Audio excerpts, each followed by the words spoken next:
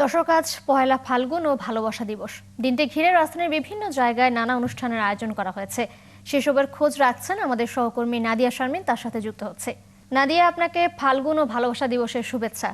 আপনি এখন কোথায় রয়েছেন এবং সেখানে কি কি আয়োজন দেখতে পাচ্ছেন, আর মানুষের মধ্যে ফাল্গুনের আমেজ কেমন রয়েছে, সব মিলিয়ে জানাবেন। আপনাকে ফাল্গুনের শুভেচ্ছা। শনিবার সকালে উঠেই এই আগারগাঁওয়ের মুক্তিযুদ্ধ জাদুঘরের আশেপাশের মানুষ জেনেছে বসন্ত এসেছে। বেশ একটা সাজ উৎসব রব পড়েছে এখানে, এবং আয়োজনের যে ব্যাপ্তি সেই জায়গাটি ছাড়িয়েছে এই পুরো উন্মুক্ত মঞ্চে। এই উন্মুক্ত মঞ্চে যারা আছেন তারা আয়োজনকারী তো বটেই, যারা দর্শক এসেছেন তাদের একটি বড় অংশ এসেছেন বিভিন্ন এলাকা থেকে। যারা জেনেছেন, যারা আগে আসতেন চারুকলার এই আয়োজনে, এবার চারুকলায় এই আয়োজনটি হচ্ছে মুক্তিযুদ্ধ জাদুঘরের উন্মুক্ত প্রাঙ্গণে। কাজেই চারুকলার এবং আশেপাশের যারা মানুষ রয়েছেন, যারা সেই চারুকলায় গিয়ে এতদিন আয়োজনকে উপভোগ করেছেন, তাদের অনেকে ছুটে এসেছেন। নায়াসিনামাইড ও স্যালিসাইলিক সমৃদ্ধ লিলি ফেস ওয়াশ, যা ফেসের ডেড স্কিন সেল দূর করে দেয় দ্বিগুণ ফাস্টার ব্রাইটেনিং। কিন্তু তার বাইরেও এই মিরপুর, মোহাম্মদপুর এবং আশেপাশে আগারগাঁওয়ের আশেপাশে যারা রয়েছেন এবং ঢাকা শহরের বিভিন্ন এলাকা থেকেও আসা অসংখ্য মানুষ এখানে রয়েছেন, এবং এই উৎসবের আয়োজনটিকে তারা উপভোগ করছেন মন ভরে। তারা মূলত এই নির্বাচনের পরে যে একটি স্বস্তিকর জায়গা, সেই জায়গা থেকে তাদের মতো করে এই উৎসবটি উপভোগ করতে যাচ্ছেন।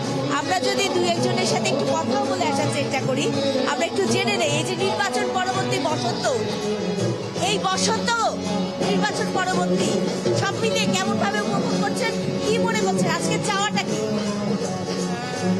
উৎসব সবসময় আমাদের আনন্দের, তো নির্বাচনের একদিন পর এই উৎসব আমাদের আরো আনন্দের।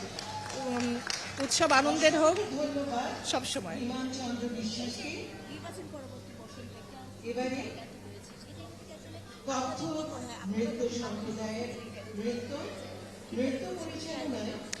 আমার মনে হয় আমাদের এটা খুব খুব কঠিনভাবে এটাকে ধরে রাখা উচিত, আমাদের খুব প্রয়োজন।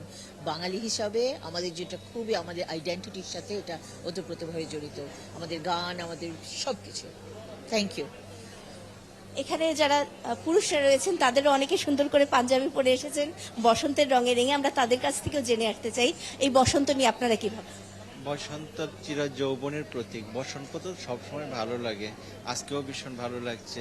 আমরা নির্বাচন পরবর্তী একটা প্রথম বসন্ত, এটা আমাদের জন্য অন্যরকম অনুভূতি।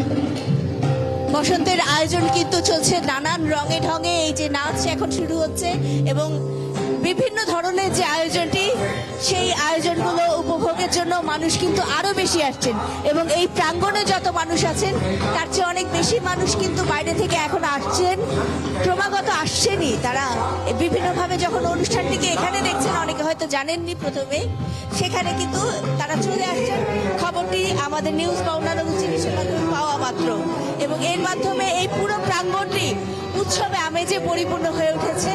এর মধ্য দিয়ে বাঙালি প্রমাণ করে দিচ্ছে তারা উৎসব চায়, তারা আনন্দ চায়, তারা খুশি মনে বাঁচতে চায়, তারা বাংলাদেশকে ভালোবাসতে চায়।